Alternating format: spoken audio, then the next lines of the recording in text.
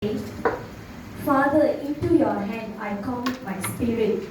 பிதாவே உன் கரத்தில் என் ஆவியை ஒப்புவிக்கிறேன். லூக்கா எழுதின சுவிசேஷம் 23ஆம் அதிகாரம் 46வது வசனத்துல இயேசு பிதாவே உம்முடைய கைகளில் என் ஆவியை ஒப்புவிக்கிறேன் என்று மகா சத்தமாய் கூப்பிட்டு சொன்னார். அப்படியே சொல்லி ஜீவனை விட்டார். இந்த வசனத்துல நம்ம பார்க்கும்போது முதலாவதாக உறவை நம்ம இங்க பார்க்கிறோம். யாரோட உறவுனா பிதாவும் இயேசு கிறிஸ்துவோட உறவையும் நம்ம இங்க பார்க்கிறோம். முதலாவதாக இயேசு கிறிஸ்துவானவர் சிலுவையில இருக்கும்போது முதல் வார்த்தையாக பிதாவே இவர்களை மன்னிங்க என்று முதலாவதாக பிதாவை கூப்பிடுகிறார். மீண்டுமாக 4வது வார்த்தையாக ஏன் தேவனே மீண்டுமாக பிதாவை தான் நோக்கி பார்க்கிறார். 7வது கடைசியாக பிதாவே என்று சொல்லிதான் அவர் வந்து ஒவ்வொரு நேரத்திலையும் பிதாவை தான் அவர் நோக்கி கூப்பிடுகிறார். இந்த ஒரு பிதா என்ற வார்த்தை வந்து ஒரு வார்த்தை இல்லை, அது வந்து உறவு. யாருக்குன்னா இயேசு கிறிஸ்துவுக்கும் பிதாவுக்கும் உள்ள ஒரு வார்த்தை. நிறைய வேலையில நம்ம வாழ்க்கையில ஒரு கசப்பான காரியங்கள் நம்ம கடந்து போகும்போது, ஒரு வேதனையான காரியங்கள் கடந்து போகும்போது நம்ம கடவுள்கிட்ட இருந்து தனிமையாய் நம்ம வந்து டிஸ்டன்ஸ் வந்து நம்ம மெயின்டைன் பண்றோம். நிறைய வேலையில கேள்விகள், குழப்பங்கள், ஏன் என் வாழ்க்கையில் இது நடந்ததுன்னு நிறைய வேலையில நம்ம கேள்விகளோடு நம்ம இருக்கிறோம். ஆனா இயேசு கிறிஸ்துவானவர் அவரு இருள் சூழ்ந்த நேரத்துல ரத்தம் வெள்ளத்தோடு அவர் எந்த ஒரு கேள்வியும் கேட்காம பிதாவே என்றுதான் அவர் வந்து நோக்கி பார்க்கிறார், கூப்பிடுகிறார். அங்க தாயார் இருந்தாங்க, இயேசுவோட தாயார் இருந்தாங்க, சீஷர்கள் இருந்தாங்க.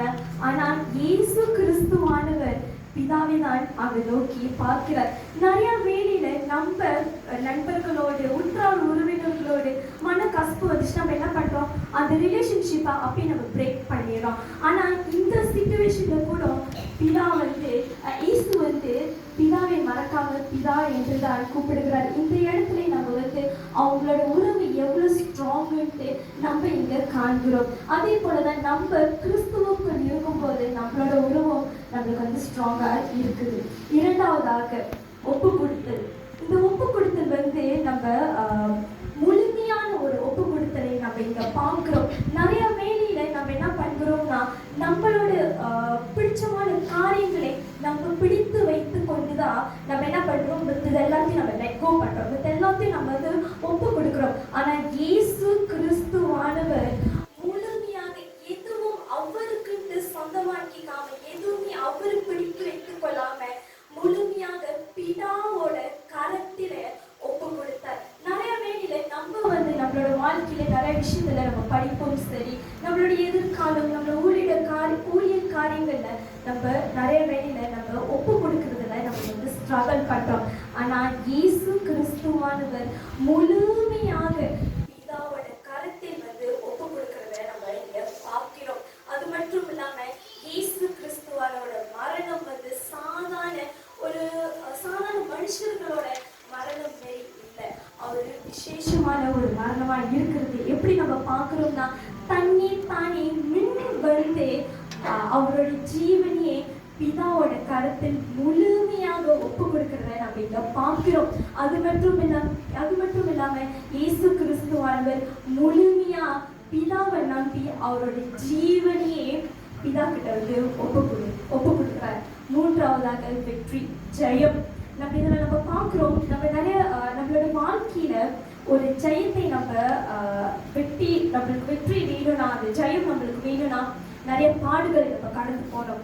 கஷ்டங்கள், வேதனைகள், வலிகள், துன்பங்கள், அவமானங்கள் நம்ம அதெல்லாம் கடந்து போனாதான் நம்மளுக்கு நம்ம வாழ்க்கையில ஒரு வெற்றி நம்மளுக்கு வந்து கிடைக்கும். அதே போலதான் இயேசு கிறிஸ்துவானவர் நிறைய பாடுகள், நிறைய கஷ்டங்கள், வேதனைகள், வலிகள் அவர் கடந்து போய் இது எல்லாத்தையும் நம்மளுக்கு அவர் வெற்றியை நம்மளுக்கு வந்து கொடுத்தார். அதே லூக்கா எழுதின அதிகாரத்துல 23ஆம் அதிகாரம் 46வது வசனத்துல அழகா ஒரு வார்த்தை சொல்லப்பட்டிருக்கிறது.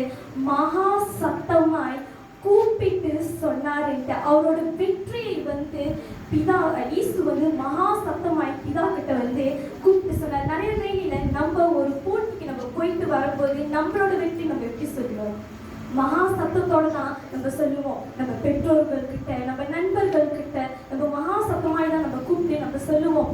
இயேசு கிறிஸ்துவானவர் சிலுவையில இருக்கும்போது ரத்தத்தோடு, வலிகளோடு, காயங்களோடு அவர்கிட்ட எழுச்சி இருக்குமா இல்லைன்னு கூட நம்மளுக்கு தெரியல. ஆனாலும் சத்தமாய் கூப்பிட்டு அவரோட வெற்றியை அவர் சொன்னார்.